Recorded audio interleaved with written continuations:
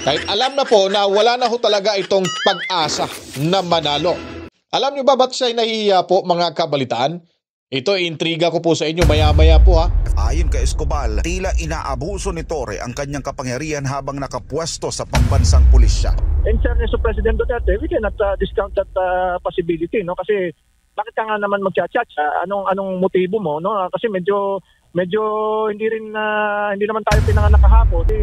Kung talagang ayaw nila ma-impeach si Vice President Sara, ayun ang iboboto nila, yung mga kandidato ni President Duterte. Para tandaan ng diktadurya, yung pinagbabawal yung mga sa social media, no?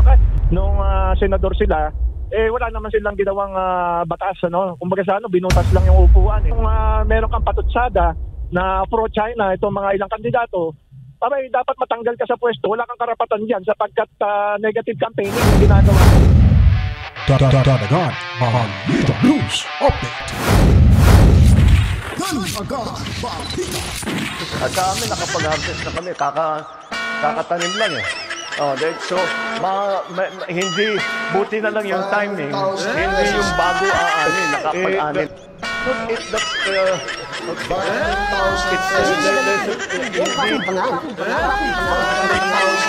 They say milyonaryo, sama-sama tayo, babago mo. Maging milyonaryo.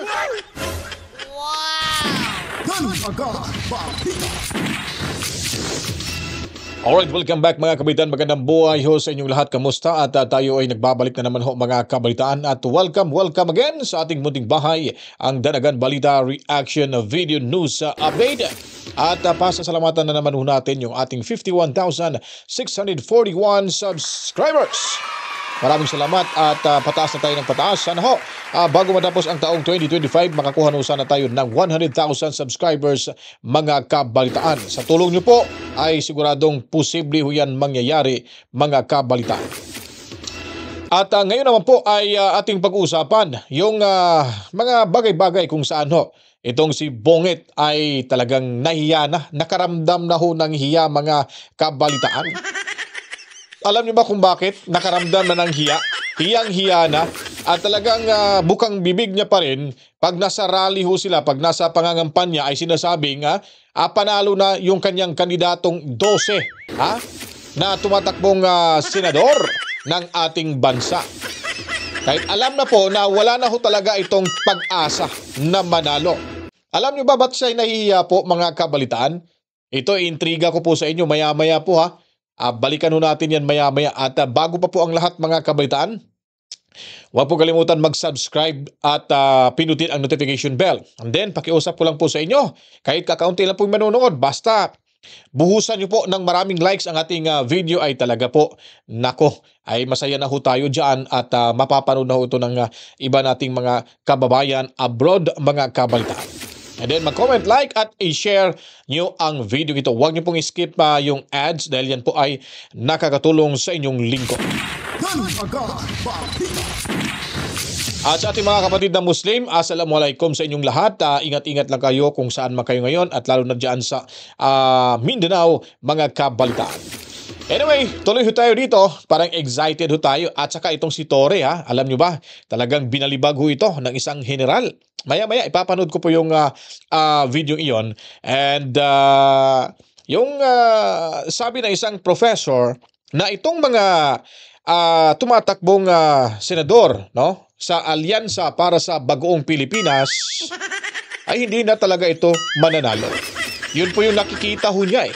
Nababasa niya na po ngayon mga kabalitaan.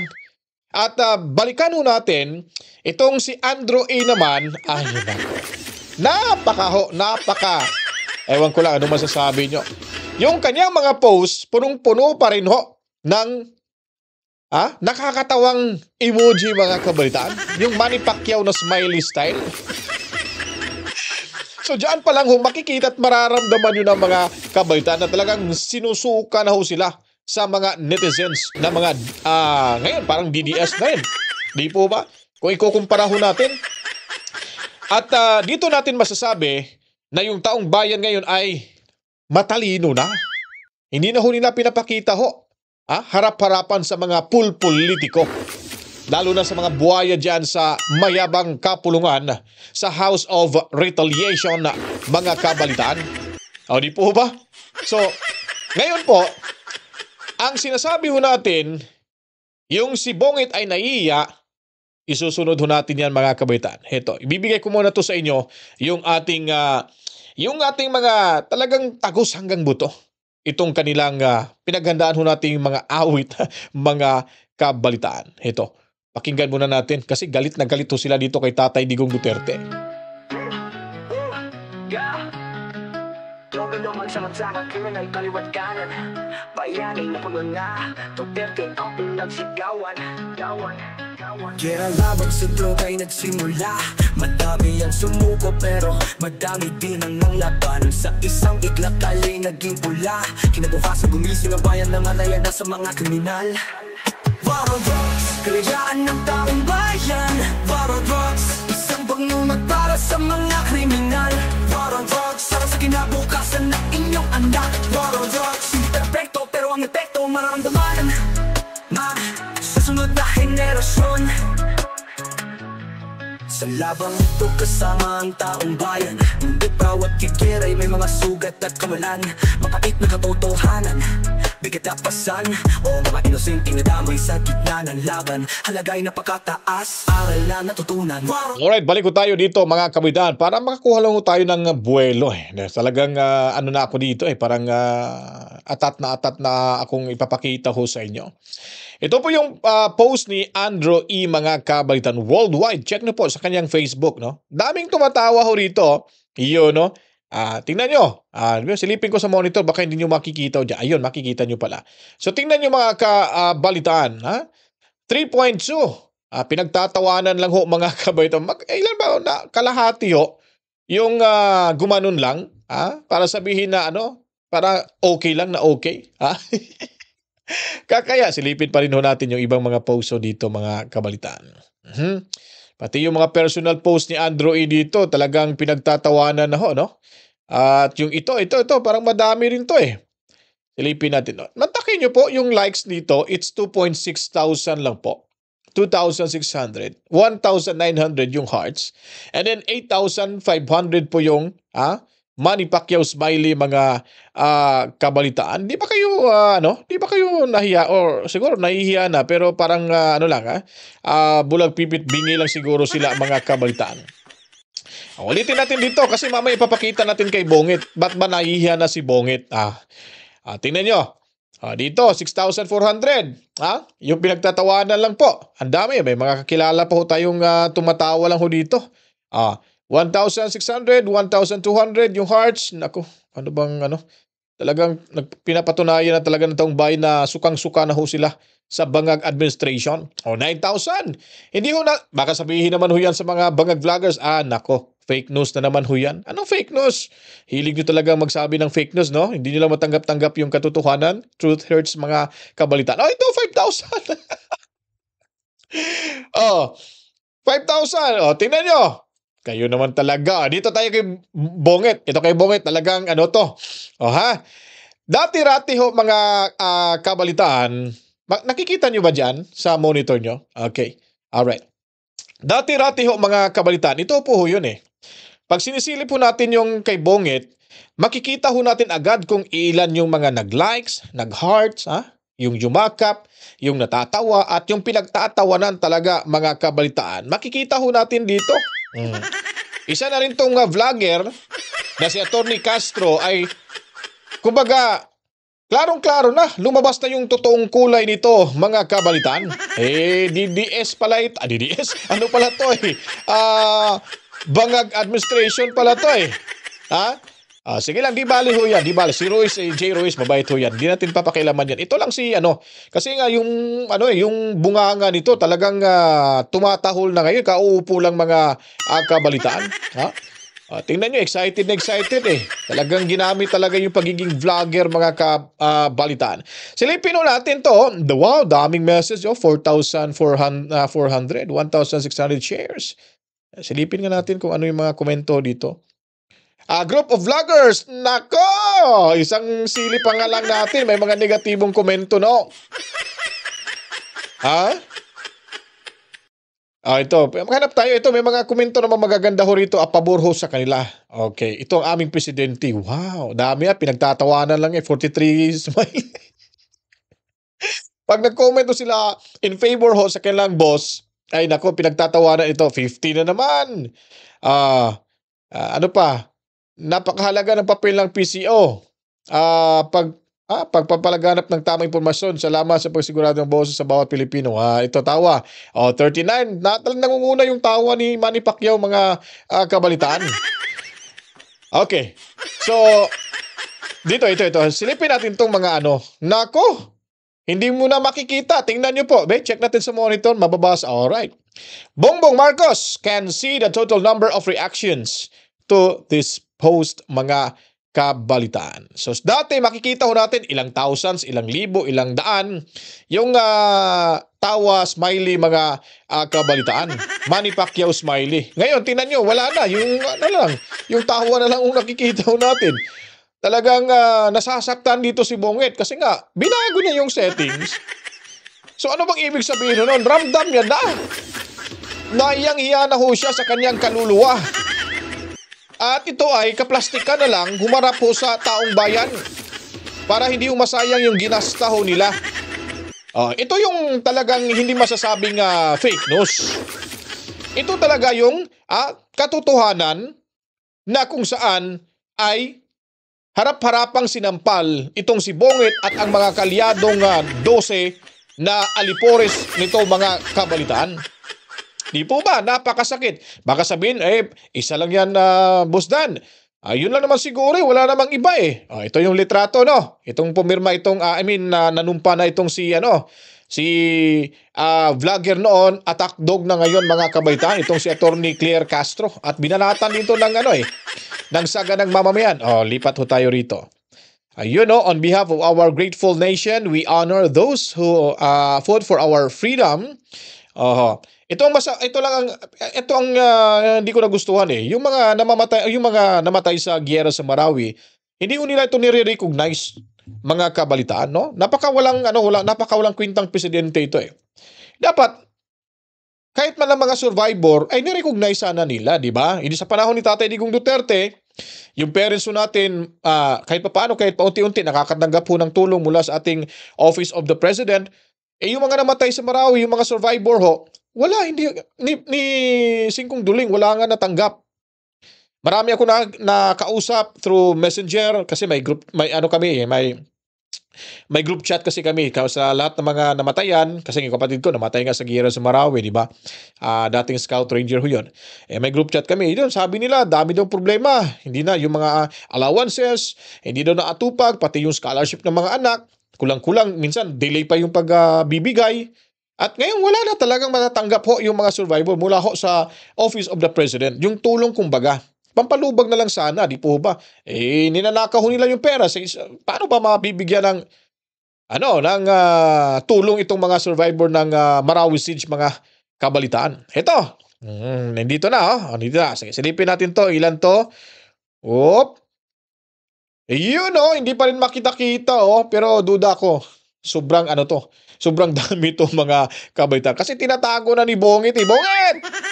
Hilig mo talagang magtago ng ng mga bagay-bagay, Takot kang mabisto. Dapat, it should be transparent kasi you're a public servant, public officials. Ipakita mo sa amin yung totoo talaga, na mga reaksyon sa iyong pinanggagawang kalukuhan dito sa ating bansa. Di mo ba? Iyang-hiya na talaga dito si Bongit, mga kabaitan. Ito.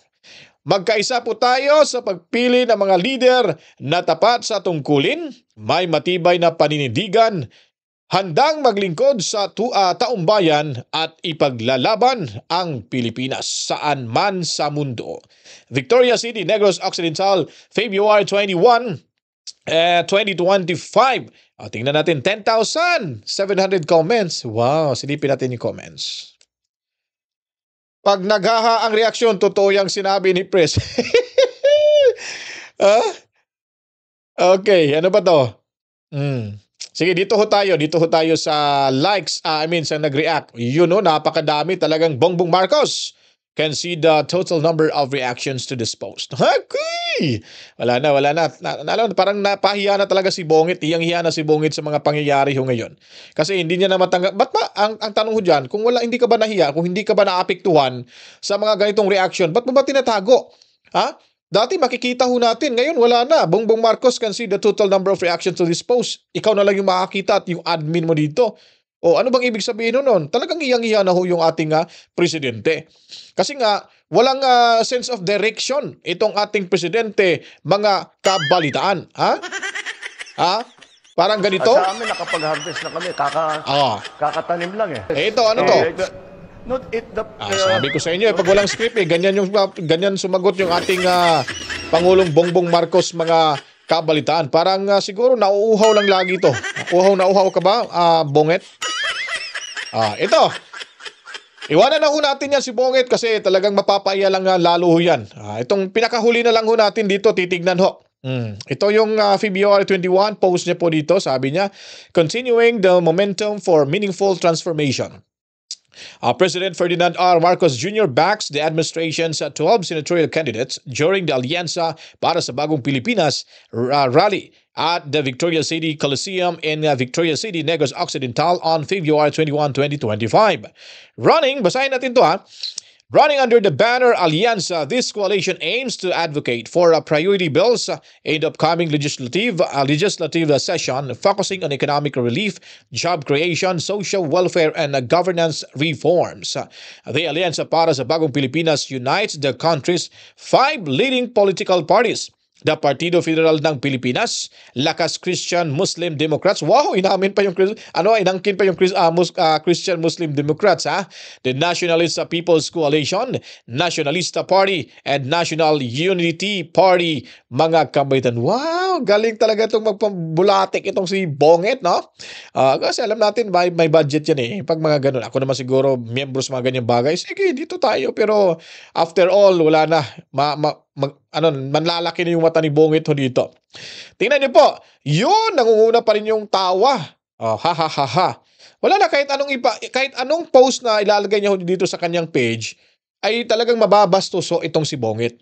No, ang ginawa na lang ho ng admin dito, ito may basbas malamang sa kanya kasi mahilig tong magbigay ng basbas pa sekreto eh. May basbas nga sa impeachment eh. Anak mismo inutusan pa nga dahil you are constitutionally mandated, go with the process. Kung ano yung process, nasimula na sundan yun na.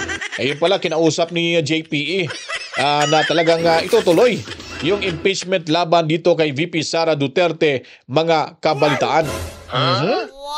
Alright, so anyways, kalimutan na ho natin yan si Bonget kasi nakikita na mo natin talagang itong mga pangyayari ho ngayon, yung post niya ho ngayon dyan sa kanyang Facebook page ay basura na ho sa tingin ng mga netizens at ng mamamayang Pilipino, mga kabalitaan. At dito na ho tayo, lipat tayo mga kawitan sa isang dating general na kung saan ay galit at binuweltahan, binalibag itong si General Torre sa kaipalan ho nito sa buhay na parang politiko na rin ho.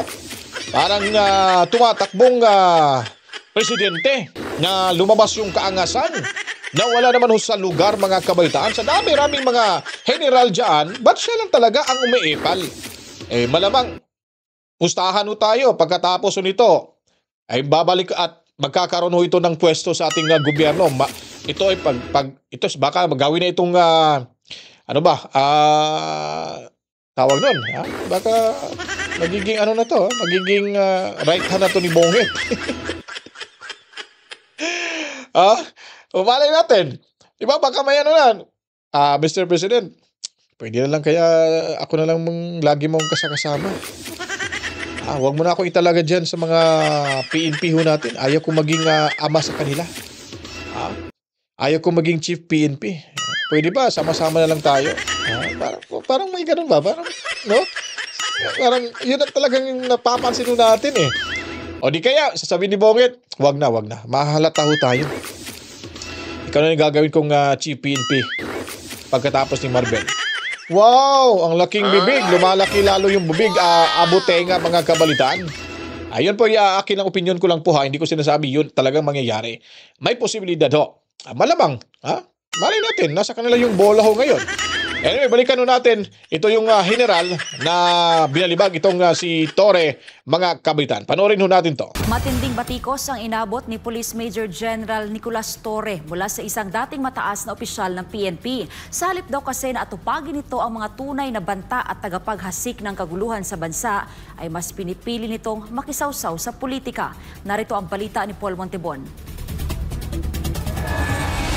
Isiniwalat ni retired Police General Fillmore Escobar ng PMA Sambisig Class 1991 ang umano'y lantarang pakikisangkot ni Torre sa politika. Sa halip na ituon ang atensyon sa tunay na banta sa bayan, ang CPP-NPA-NDF. Ayon kay Escobar, tila inaabuso ni Torre ang kanyang kapangyarihan habang nakapwesto sa pambansang pulisya, partikular na sa pagsupil sa mga kritiko ng administrasyong Marcos Jr. at sa pagtatanggol sa mga itinuturing niyang political masters. Imbes na tutukan ang paglaban sa insurhensya, binigyan diin ni Escobar na mistulang mas inuuna ni Torre ang pakikisangkot sa politika. Giit niya, ang CPP-NPA-NDF ay patuloy na lumalakas at pumapasok hindi lamang sa mga barangay, kundi pati sa mataas na antas ng gobyerno, kabilang na ang Kongreso. Dagdag pa ni Escobar, sa mga ginagawang aksyon ni Torre, hindi maikakaila na siya mismo ang nagdadala ng kahihiyan at kasiraan sa buong hanay ng PNP. Pinakahuling kontrobersiyang kinasasangkutan ni Torre ang pagsalakay ng CIDG operatives sa bahay ng kilalang political vlogger at digital content creator na si Ernest June Abines noong Pebrero 22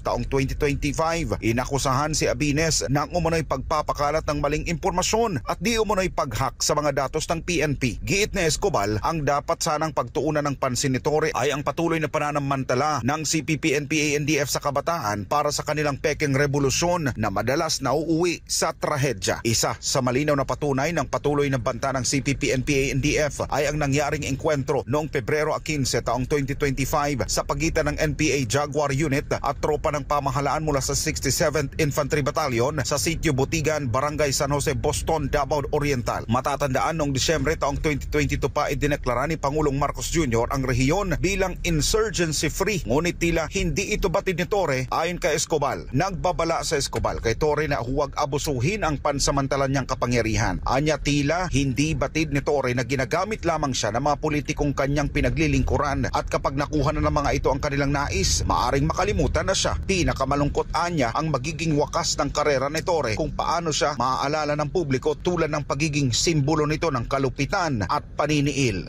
Para sa Diyos at sa Pilipinas kung mahal, nag-uulap Polmo. Kumaho yung sinabi ni Police General Fillmore Escobar, mga kabaitaan, na ito ay pagkatapos ng lahat na ito ay tatalikuran na ho itong si Torre. Dito ho malalabas ho yung sinasabing gagamitin talaga ito ng administrasyon. At ito namang si Torre nagpapagamit, umiepal din at siyempre naghihintay ho sa anong magiging kapalit ho nito, mga kabaitaan. Napaka-simpleng ordinaryo lang tayong mga vlogger kung saan ho ay hahabulin ng isang hepe ng CIDG na hindi naman ho talaga saklaw ho sa kanilang batas. I mean sa kanilang tungkulin na kakasuhan yung vlogger na kung sila ay pupunain at hindi ho dinadaan, sabihin nila, may due process tayo, may ano tayo, pwede naman natin kasuhan, pwede niyo naman hong sagutin ito yung kaso, di ba? Idadaan sa mga ganyang bagay, mga kabaitan. At siya pa mismo, siya pa mismo, sarili niya mismo magsasampa ng kaso ho. Di po ba nakakaano ho? Tama ho yung sinasabi nitong ni General Escobar na huwag samantalahin ang pagkakataon na ikaw ay binigyan ng kapangyarihan bilang hepe ho ng CIDG. Dahil hindi ho yan trabaho na hahabulin yung mga vlogger. Dahil nga po ay may kalayaan ho na sila ay magpalabas ng kanilang mga sentimento. Ba't ba parang trabaho na ng CIDG ang manggigipit ng mga vlogger? Ito ba ay talagang sariling desisyon o ito talaga ay kasama na sa plan B at plan C?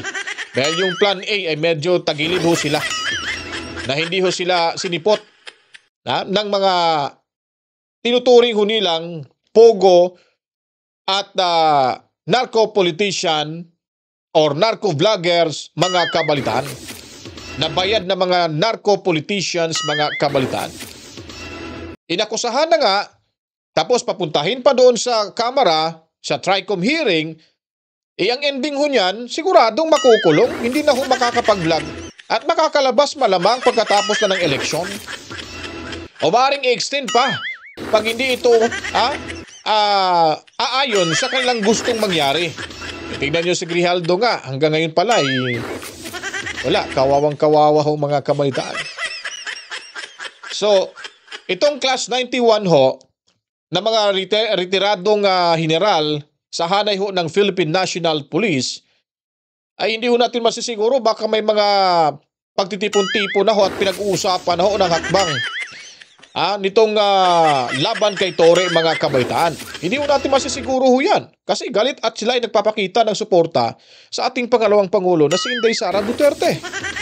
At sila mismo nakikita ho nila.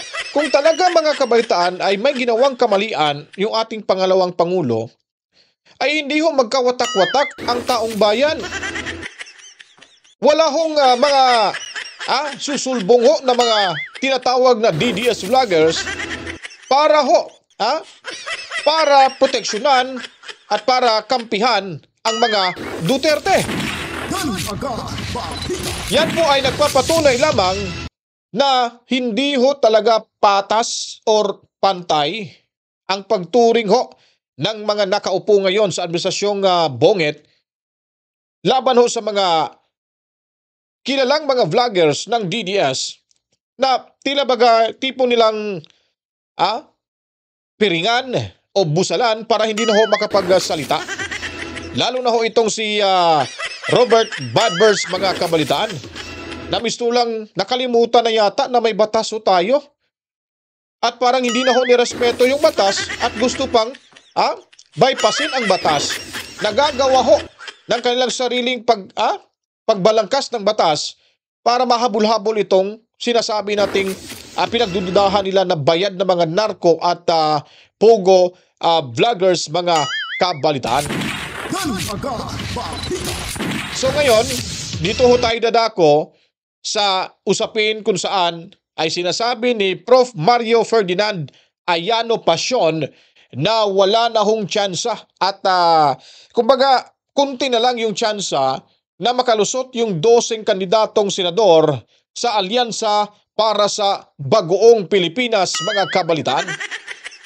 Dahil yung taong bayan na mismo ang maghuhusga. Kaya ang sabi niya dito ni Professor Mario Ferdinand Ayano Pasion na sa darating na halalan, kailangan ho nating bantayan ang mga galawan ng kalaban dahil nasa kanila na ho yung makinarya. May pera ho sila at accessible para sa kanila kung anong gustong gagawin ho nila dahil ho sa kanilang paghahanda sa pundong kinukuha mula ho sa iba-ibang ahensya na ngayon ay ibinahay na dyan sa Kamara para sa itong halalang ito, mga kabalitaan. Idinadaan lang ho sa ayuda. Hindi naman ho natin siguro yan masasabing fake news yan. Marami na nagsasabing mga kongresista at galit na galit yung kanyang mga kadistrito na sila ay kumanta, lalo na si Cagas. Isa na rin yun, ay pinagbabaklas yung kanyang mga tarpaulin doon. At iwan ko kung kamusta na kaya si Congressman Cagas. Although mabait naman ho yung taong yun, kaso nga lang nasilawan sa pera. Tama nga, pag pumirma ko sila, wala hong pera. Pero pag na-download na ho yan, ay sigurado ho, kasama na rin doon mga kabalitaan. Ito po, panoorin natin si Professor Mario Ferdinand Ayano Pasion, kabalitaan. Prof, at kabi-kabila na nga yung mga ginagawang rallies ng mga kandidato o mga kakandidato po sa darating na halalan. Merong alyansa at meron din dito na ini-endorso po ni President Bongbong Marcos at ni dati Pangulong Rodrigo Duterte, itong kanyang mga senatorial candidates. Unang-una siguro, ano bang masasabi mo? Ano ba yung mga pumatok at nakikita po ninyo doon sa mga rally? Itong sa side po ng Pangulong Bongbong Marcos Jr. o itong kay dati Pangulong Rodrigo Duterte? Medyo sa pagdating sa mga artista, medyo lamang yung grupo ni President Duterte, no? Kasi nandyan si Robin Padilla, nandyan si Philip Salvador, Alam mo naman ng mga Pilipino, pagka artista, talagang dinudumog, ano?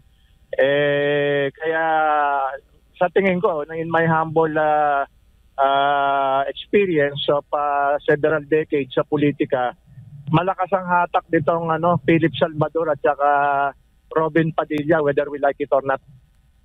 Opo, at yung dami ng mga taong dumadalo, Prof, sa mga rallies ng mga Duterte senatorial candidates, ito rin ba yung mga naging dahilan, di ba? Naalala mo, may pahayag ang Pangulong Bongbong Marcos o ng Malacanang ba na hindi magpapakampante na sa kanilang ginagawang rallies din sa pagpopromote, pag-endorso ng kanilang mga kandidato? Well, dumadami yung nandun sa rallies ng administration pagka nandun yung Itbulaga group, no? Whether we like it or not, syempre yung Itbulaga may hatak pa rin, no? Pero hindi naman parating nakakasama nila yung Itbulaga group, ano? Hindi katulad dito sa grupo ni President Duterte, lagi nandyan yung Robin Padilla, lagi nandyan yung Philip Salvador, kasi si Philip Salvador mismo tumatakbo eh. So dinudumog talaga ng tao, no? Whether we like it or not, ganyan talaga dito sa Pilipinas eh. It's a game of popularity pa rin, lalo na pag napapanood ng tao sa pelikula, sa TV. Medyo magaan yung loob ng tao at mas madali nilang pagkatiwalaan. Kasi siyempre nakikita mo sa TV, sa pelikula, nakikilala mo, nagkakaroon ka ng band, no? Although hindi kayo magkakilala personally, nagkakaroon ng band yan psychological band. So lamang talaga itong mga artista.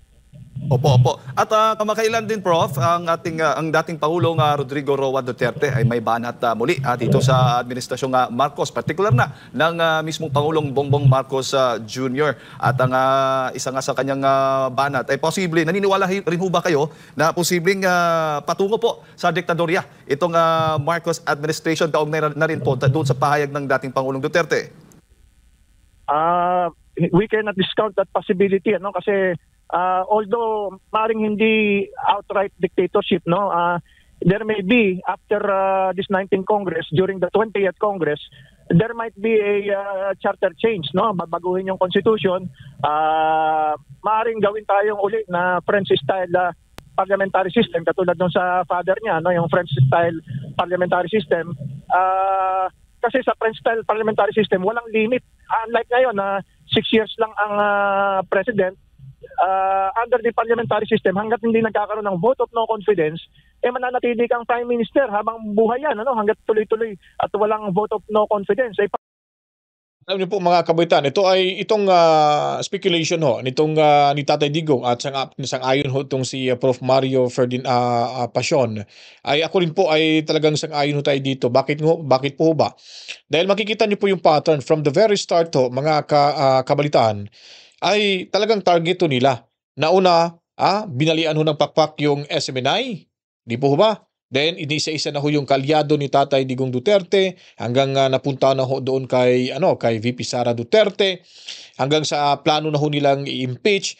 Dahil kung makikita ho natin, ba't po ba gagawin ho nila ito na alam naman ho talaga nila yung yung katotohanan. Alam din naman ho nila kung ano po yung trabaho ng COA. Ginagawa nila ito para kumbaga, para ipakita sa taong bayan na may ginagawang hindi maganda ho si VP Sara Duterte. So, wag sila pong nagwagi dito, ang mangyayari ay posible yung sinasabi hong charter change ho nila. Posible ho mga kabaitaan dahil nasa puso't nasa isipan na rin ho talaga nila na mananatili ho sa pwesto. At yung mga tao na bibigyan ng pera ay para ho makahatak ho sila ng boto. Dahil ang kinakatakutan ho nila mga kabalitaan dito, pag si Sara ay nagwagi sa labang ito, kanyang malagpasan at mapasok yung maliit na butas ng karayom, sigurado ho sila ay babalikan ho nito. Ito ang pinakaayaw ho nilang mangyari sa buhay ho nila. Dahil talagang nagmamalabis na ho sila. Ginagawa na ho talaga nila yung kahit hindi na ho kaaya-aya at kahit mali na ho, ay wala hong pumipigil ho sa kanila. Unlike ho sa time ni Tatay Digong Duterte na walang laibang intensyon, nung kinausap po siya ng isang cabinet member na i-impeach itong si Vice President si Vice President Leni Robredo, ay agad-agad kanyang sinuplak mga kabalitaan. Anong sabi niya? Katatapos lang ng eleksyon, tapos i-impeach mo na yung tao? Binoto yan ng taong bayan, tapos i-impeach nyo lang ng ganun-ganun na lang? So wala hong intensyon na tatraydorin itong si Robredo, Lenny. Ngayon, itong pagtatraydor nitong ni Tamba, ang intensyon niya po kasi ay makakuha ho ng mas mataas pang posisyon maliban sa pagiging House Speaker. Dahil nga po malakas yung loob niya dahil pinsyang buo niya itong si Bongit na kontrolado niya na walang sense of leadership, walang desisyon ng tama dahil allegedly siya ay daw di umano ay apektado daw sa paggamit sa pinagbabawal na gamot or baka yung sinasabing polvoron.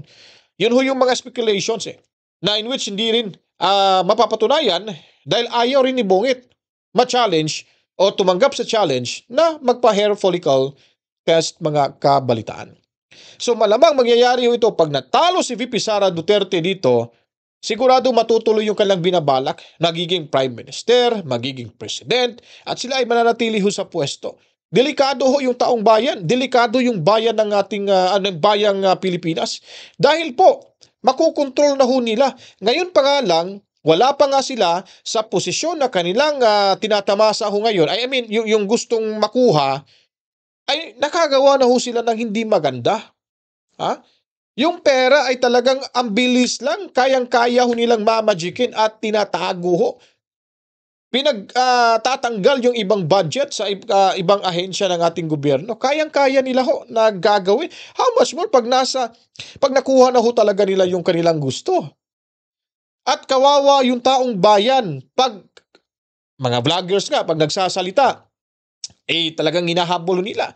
I heard now, dyan sa Visayas banda, hindi ko lang sasabihin kung asa in particular, may hinahabol na ho silang mga radio station, pinagtatanggal, pinapahinto na ho nila ng National Telecommunication Commission.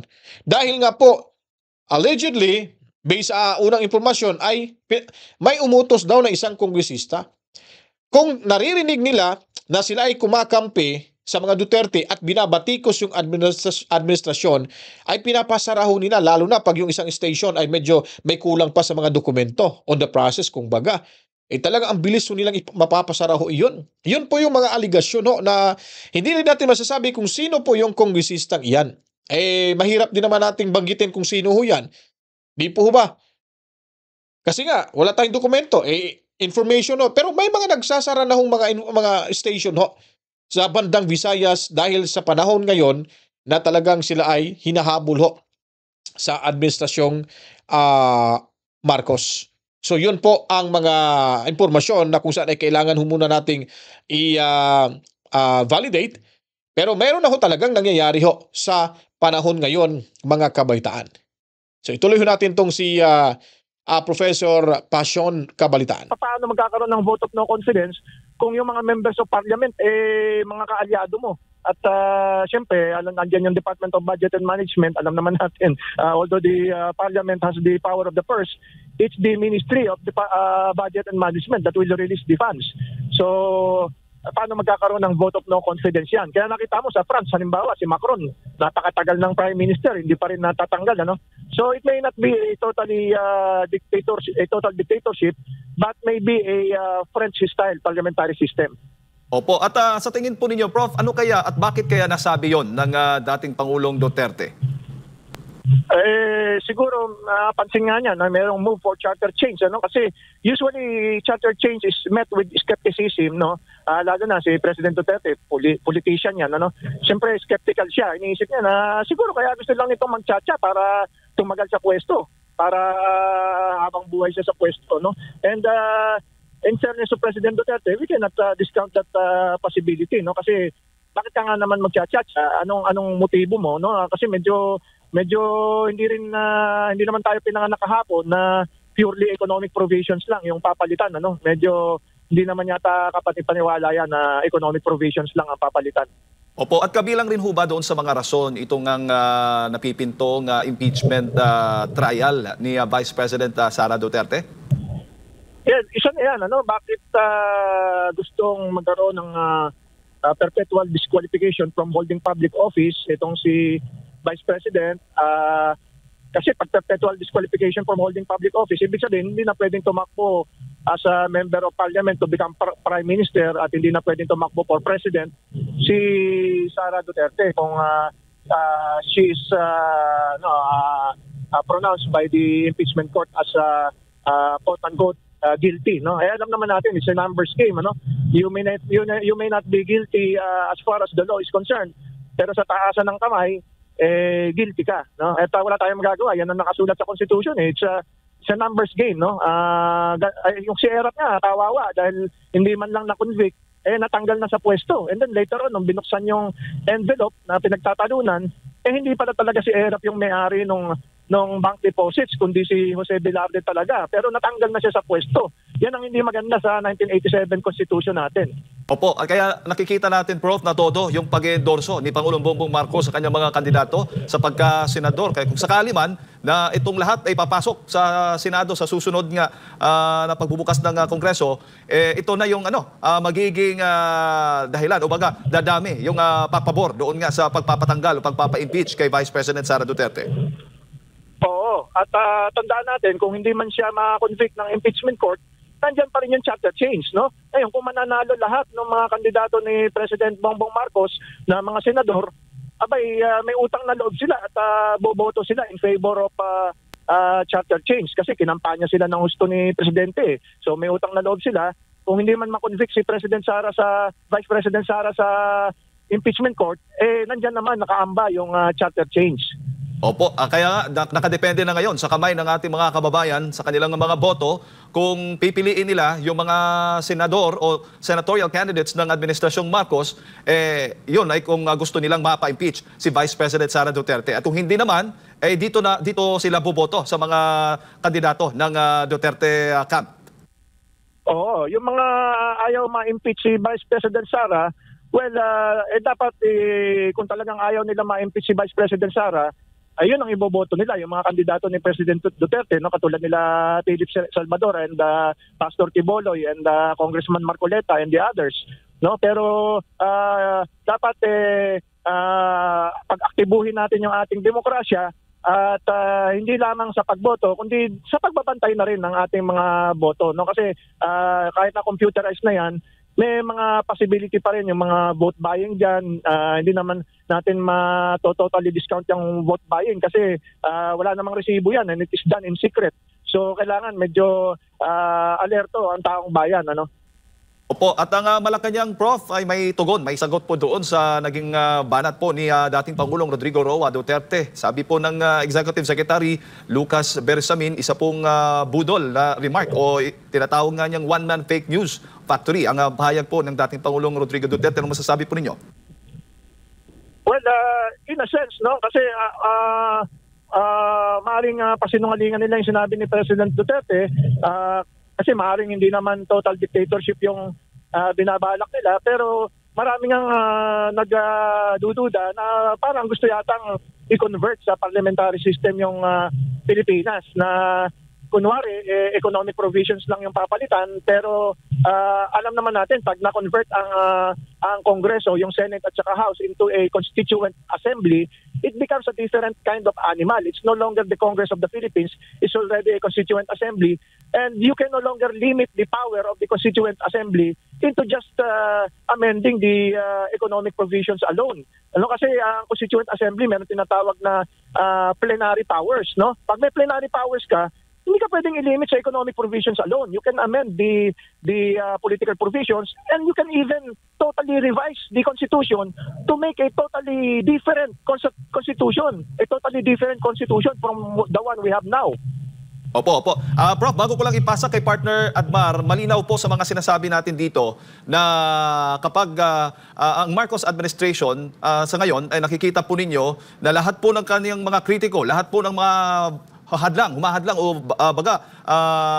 sa kanyang mga plano, mapapaalis posible itong sinasabi po na pahayag ni dating Pangulong Duterte magkakatotoo dahil nga nakikita natin yung mga, for example, itong mga kalyado na mga Duterte nagurgur na o natanggal na. Itong mga vloggers na sumusuporta, nagbibigay ng mga impormasyon patungkol sa nangyayari ngayon sa ating pamahalaan, dahan-dahan o baga unti-unti nang inaalis o tinatanggal ang kanilang mga platforms. Ito na ngayon, nag-uusapan natin yung impeachment po ni Vice President Sara Duterte.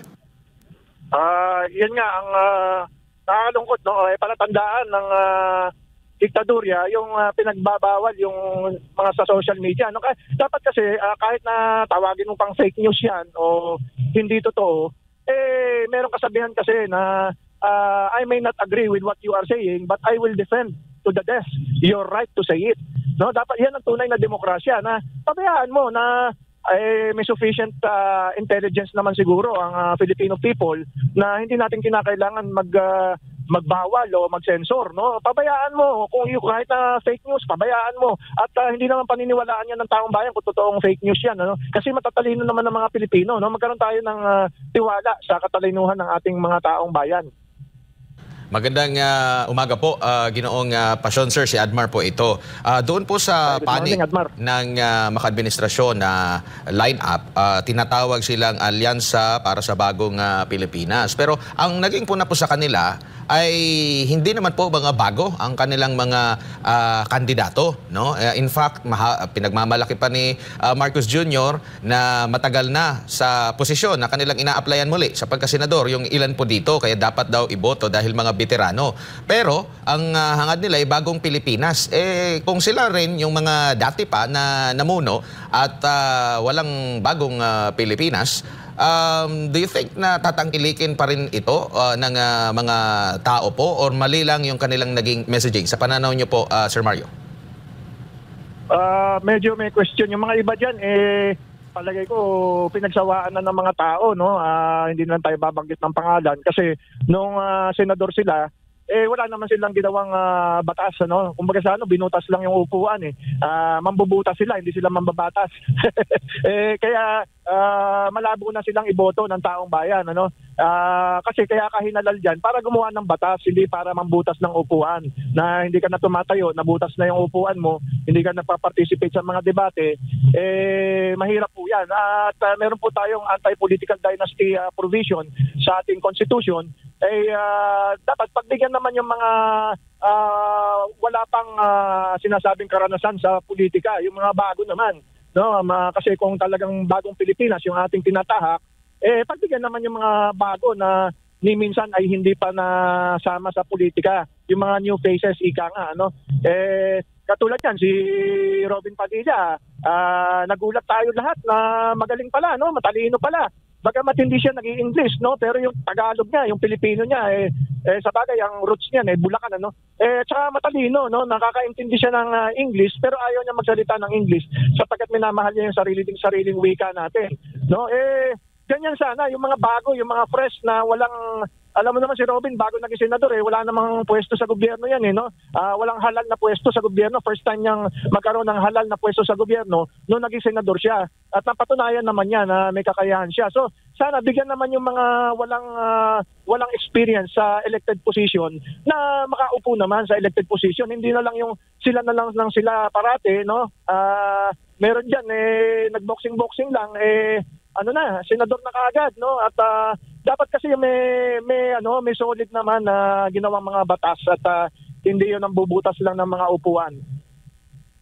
Sir, ang puna rin ng marami o karamihan, lalo na sa mundo ng social media po, ay yung nakikita nila, napapanood nila dahil televised nga ito, either sa social media, napapanood nila, yung mismong pagtanggap ng tao sa dalawang partido, no? Dalawang kampo, dun sa kanilang mga kandidato in every lugar. Napapansin po nila na hindi pilit ang pagtanggap ng tao dito po sa line-up ng dating administrasyon. Talagang talagang hiyawan, bukang bibig yung pangalan pa rin ni dating Pangulong Rodrigo Duterte kumpara dito sa pambato ng administrasyon na kahit na hinahype sila, kahit na kinakawayan sila, pero medyo kapansin-pansin yung matamlay na approach po nila. Ang sapo na nga ng nababasa nga natin sa mga sa comment section na kung hindi lang din daw sa ayuda, hindi naman po madami daw yung mga tao, unlike doon sa kabila na organic daw. Ano po ang obserbasyon niyo po dito, Ginoong Pasyon? Well, napapansin din natin yan. Ano? At yan dulot nung naaalala ng taong bayan na mas mura ang presyo ng mga bilihin, pati yung pamasahe sa jeep noong panahon ni President Duterte. Siyempre, ang taong bayan naghahanap ng pagbabalik sa mababang presyo ng bilihin.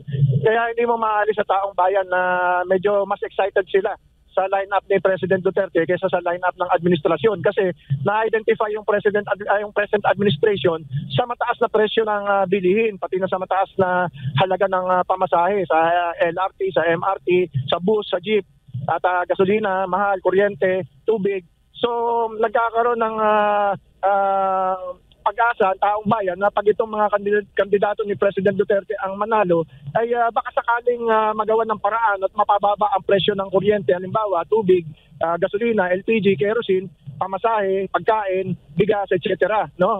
Umaasa ang taong bayan dyan. At napakalaki ng, sabi nga ni President Estrada, empty stomach knows no law. Pagka ang taong bayan ay gutom na, wala nang kinikilalang batas yan.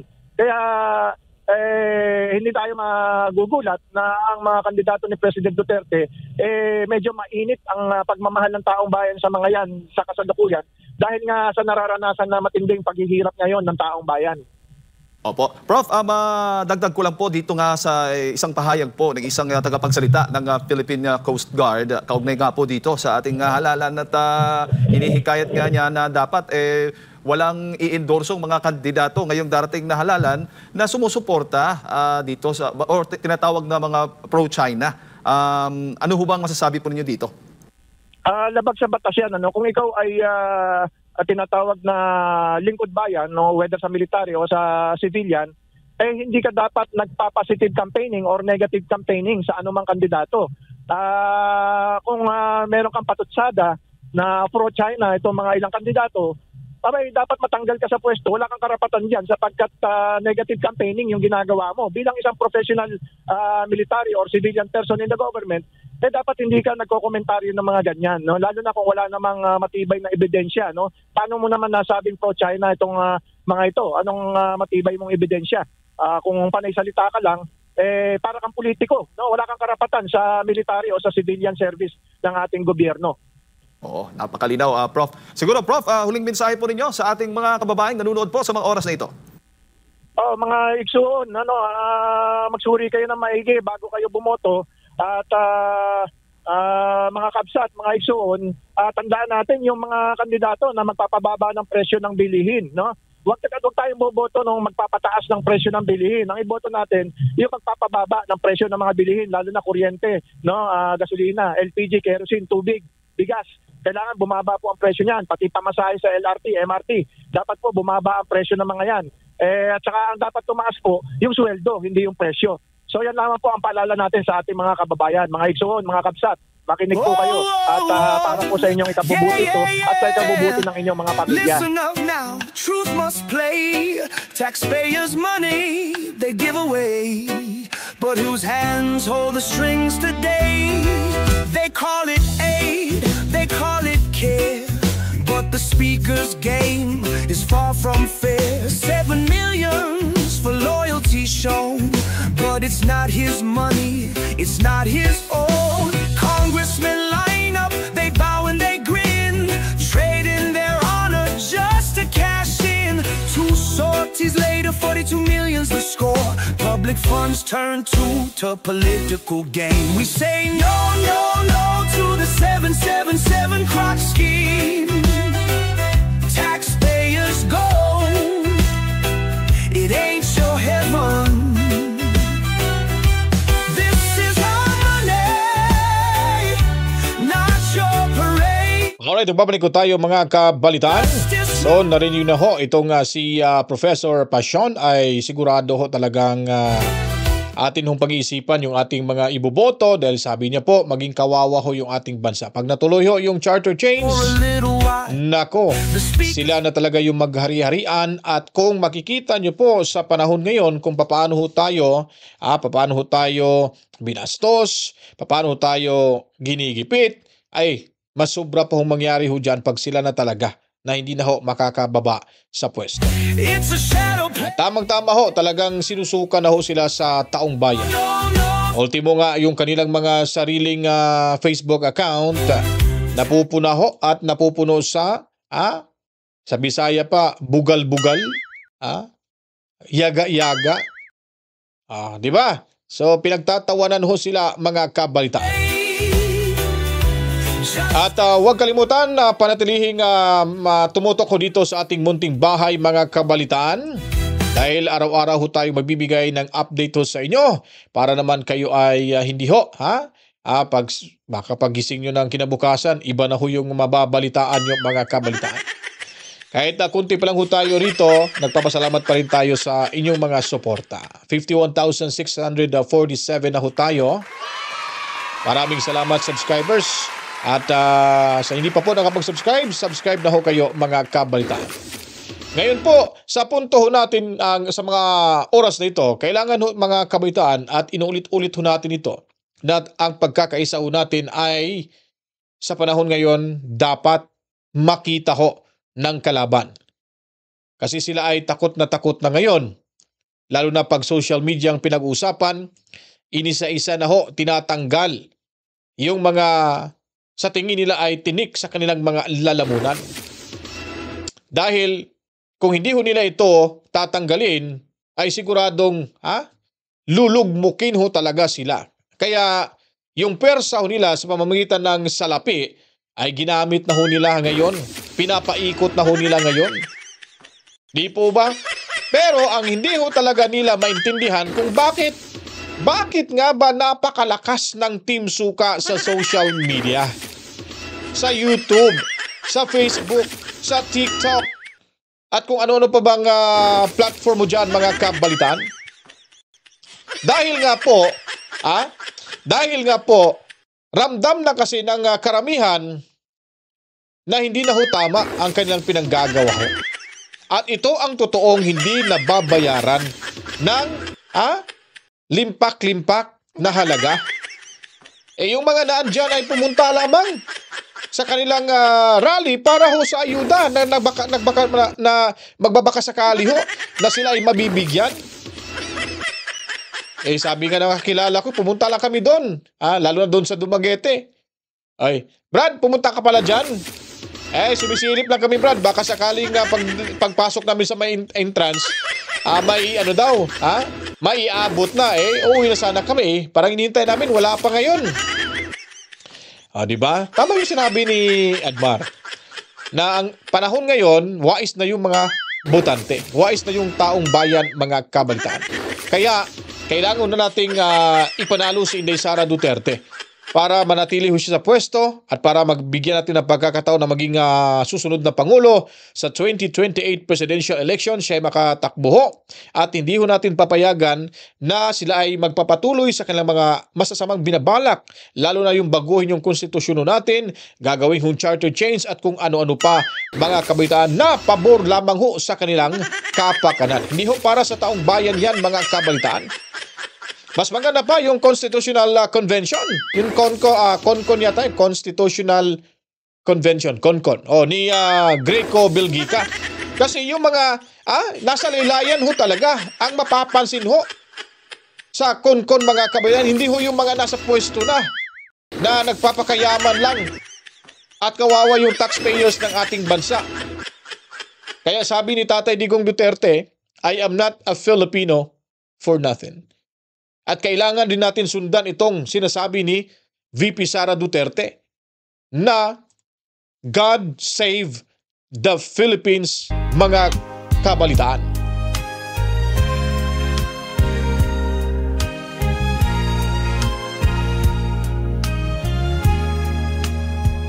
They call it justice, but we see the game.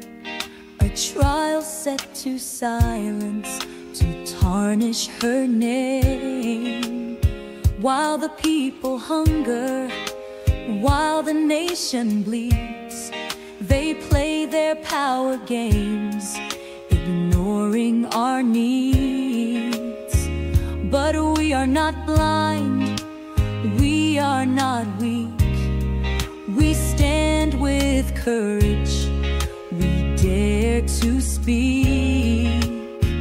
Through fire and trial, through shadows and pain, the voice of the people will rise once again. God save the Philippines, hear our cry tonight. Through the storm and through the fight, lead us through the darkest days. Shine your light, show us the way. God save the Philippines, hold our nation strong. Justice must prevail, right must conquer wrong.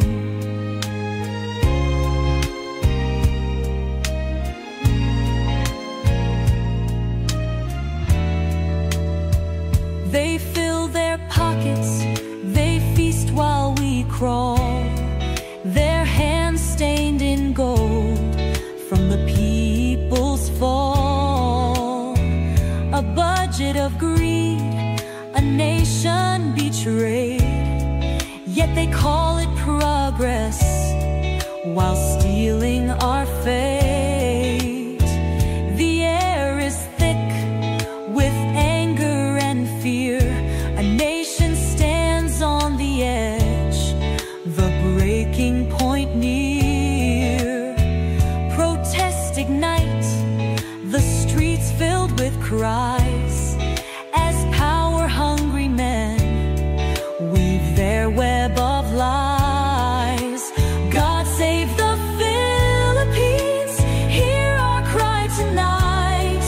Through the storm and through the fight, lead us through the darkest days. Shine your light, show us the way. God save the Philippines, hold our nation strong. Justice must prevail, right must conquer wrong. No chains can bind the truth we hold, no fear can shake a heart so bold. We stand as one, we rise as free. This land is ours, our destiny. God save the Philippines, hear our cry tonight. Through the storm and through the fight, lead us through the darkest days. Shine your light, show us the way. God save the Philippines, hold our nation strong. Justice must prevail, right must conquer wrong.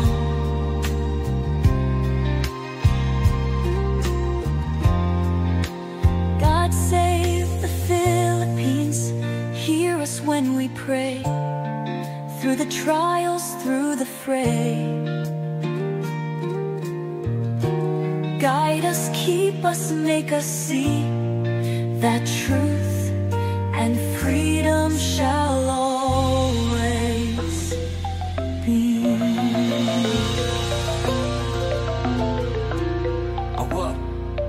Yeah. Na malaho ko ang sasaling nagtipon, Tintang galit, anong lahat ay may layunin.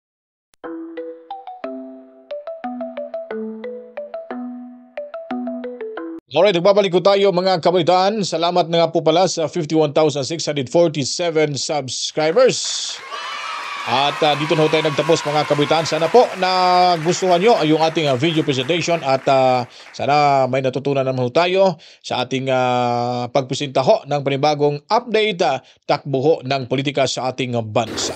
At bago tayo magtapos mga kabaitan, pasasalamatan muna din natin yung ating mga masugid na mga panood, lahat-lahat na ho, yung team replay, yung mga yung silent viewers, moderators, at of course yung ating tinutulungan ho dyan sa Cebu na para sumigla araw-araw, si Mami Rose at Daddy Berting, Tobias family, Boss Toby.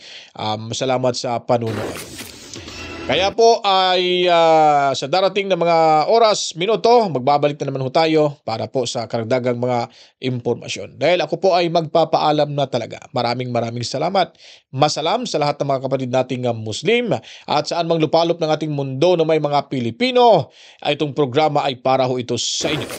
Luzon, Visayas at Mindanao. Maraming salamat. Ako'y magpapaalam na talaga. To God be the glory. Mama, chip. Peace out.